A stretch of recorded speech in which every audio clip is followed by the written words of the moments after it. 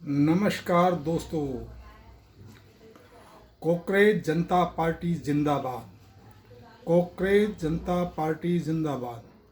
Cockroach जनता party जिंदाबाद।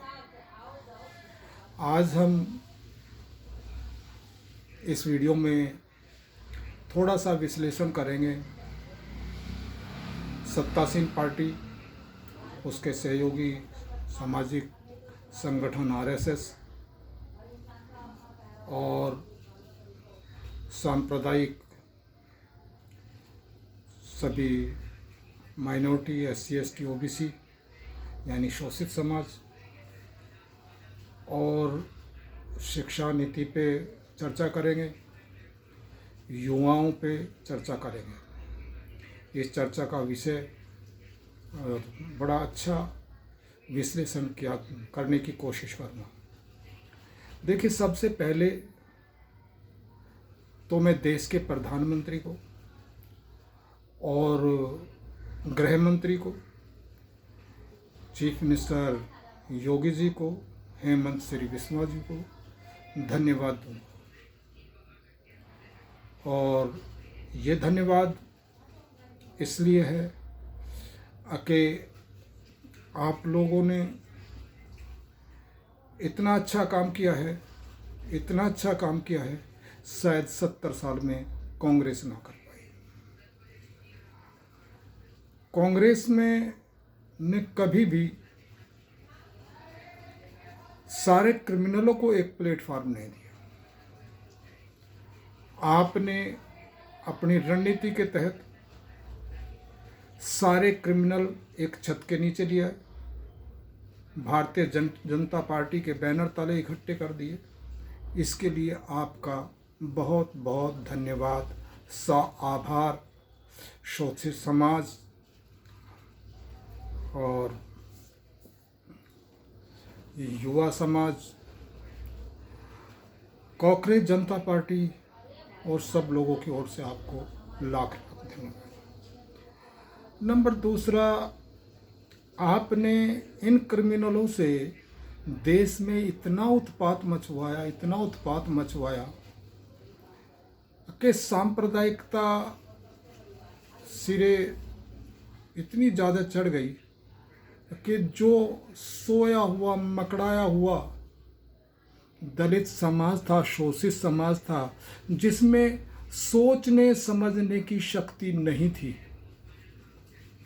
लेकिन आपके शोषण ने उनमें सोचने समझने की शक्ति पैदा कर दी।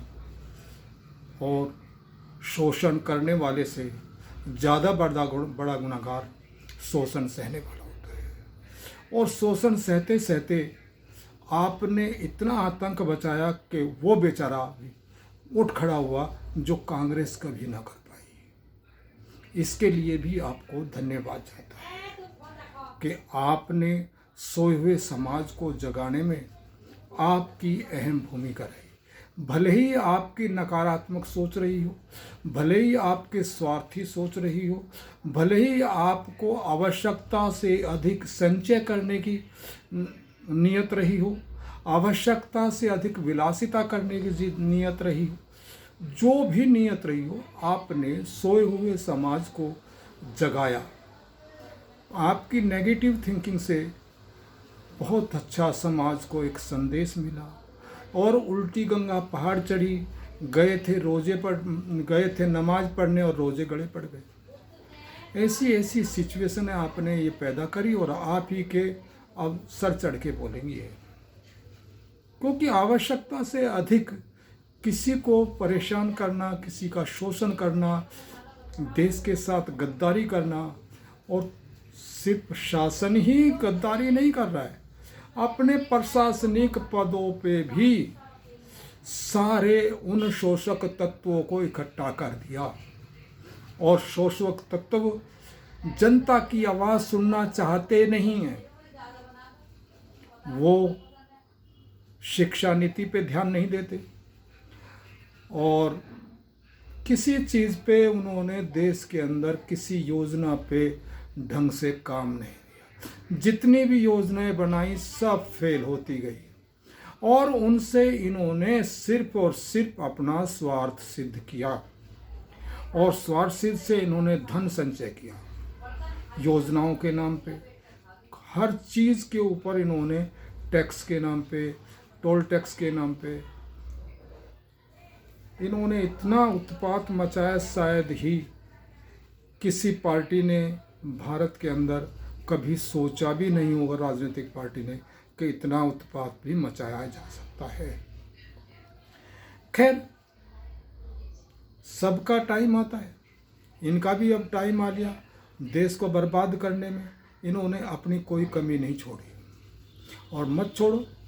लेकिन जो इसने शिक्षा नीति पे काम किया, वो इनका इतना घटिया काम था, इतनी सोच, घटिया सोच थी कि स्कूलों को बंद करना,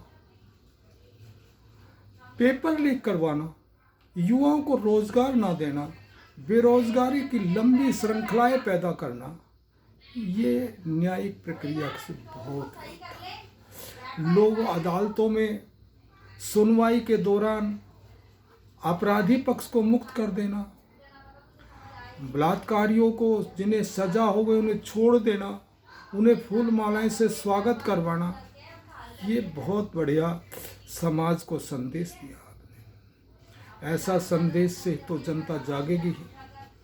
आपने सोए हुए समाज को, मकड़ाए हुए समाज को, शोषित समाज को, जो मकड़ाया हुआ था, सोने का नाटक कर रहा था, उनके मुंह पे छींटा मार के उन्हें जगाया और उनमें निर्णायक सोच पैदा कर ली। और आज वो सोचने लगा है कि अब तो खड़ा होना ही पड़ेगा, अब इसके शोषण की बहुत ज़्यादा अति हो चुकी है। दोस्तों, इतना शोषण करने के बावजूद भी एक देश के सर्वोच्च पद पे बैठा हुआ, न्यायिक प्रक्रिया के सर्वोच्च पद पे बैठा हुआ CJI आज युवाओं को कॉकरोच बोल रहे हैं। ये इनकी मानसिकता है। क्या ये न्यायप्रिय हो सकते? कभी नहीं हो सकते।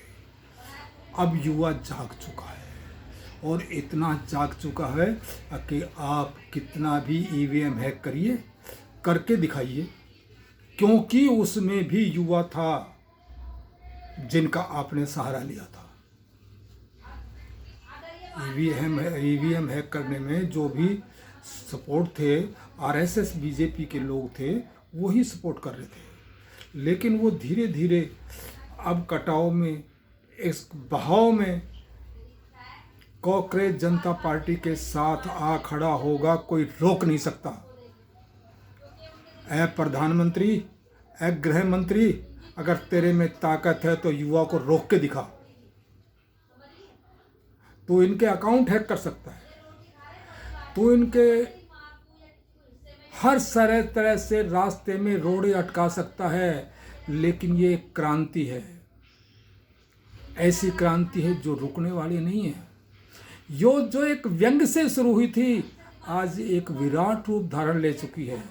आज ये अपना कॉन्स्टिट्यूशन तैयार करेगी, अपने पदाधिकारी तैयार करेगी, अपना सुरक्षा कवच तैयार करेगी और तुम्हें चुनौती देगी।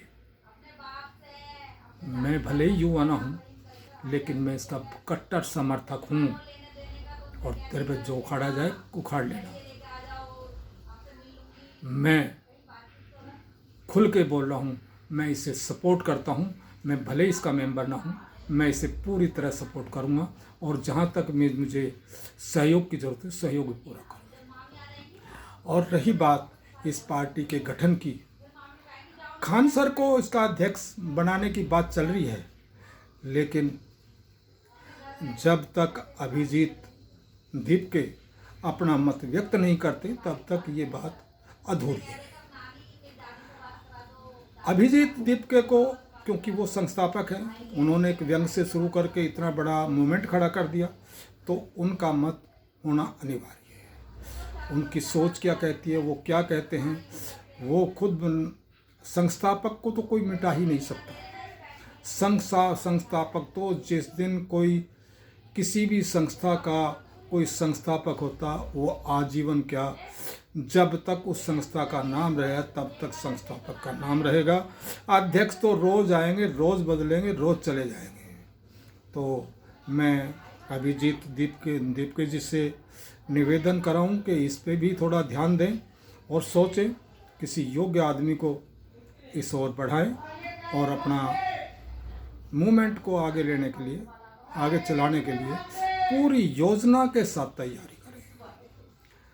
इतनी ऐसी योजना बताए जिससे कि कम से कम शिक्षा और गैर बराबरी जैसी व्यवस्था को नेस्त नाबूद कर दे। आपसे सारे देश की अब एक उम्मीद बन गई है। इस शोषक तत्व से छुटकारा दिलाने के लिए हर आदमी आपकी तरफ देख रहा है। इससे छुटकारा दिलाने के लिए हमसे जितना सहयोग होगा, अपने दोस्तों से जितना सहयोग होगा, जो हमसे सहयोग होगा, हम बार बार पोस्ट डालते रहेंगे और आपका पूरा सहयोग करेंगे और जितना हमसे बनेगा आपका पूरा सहयोग करेंगे। जय हिंद, जय भारत।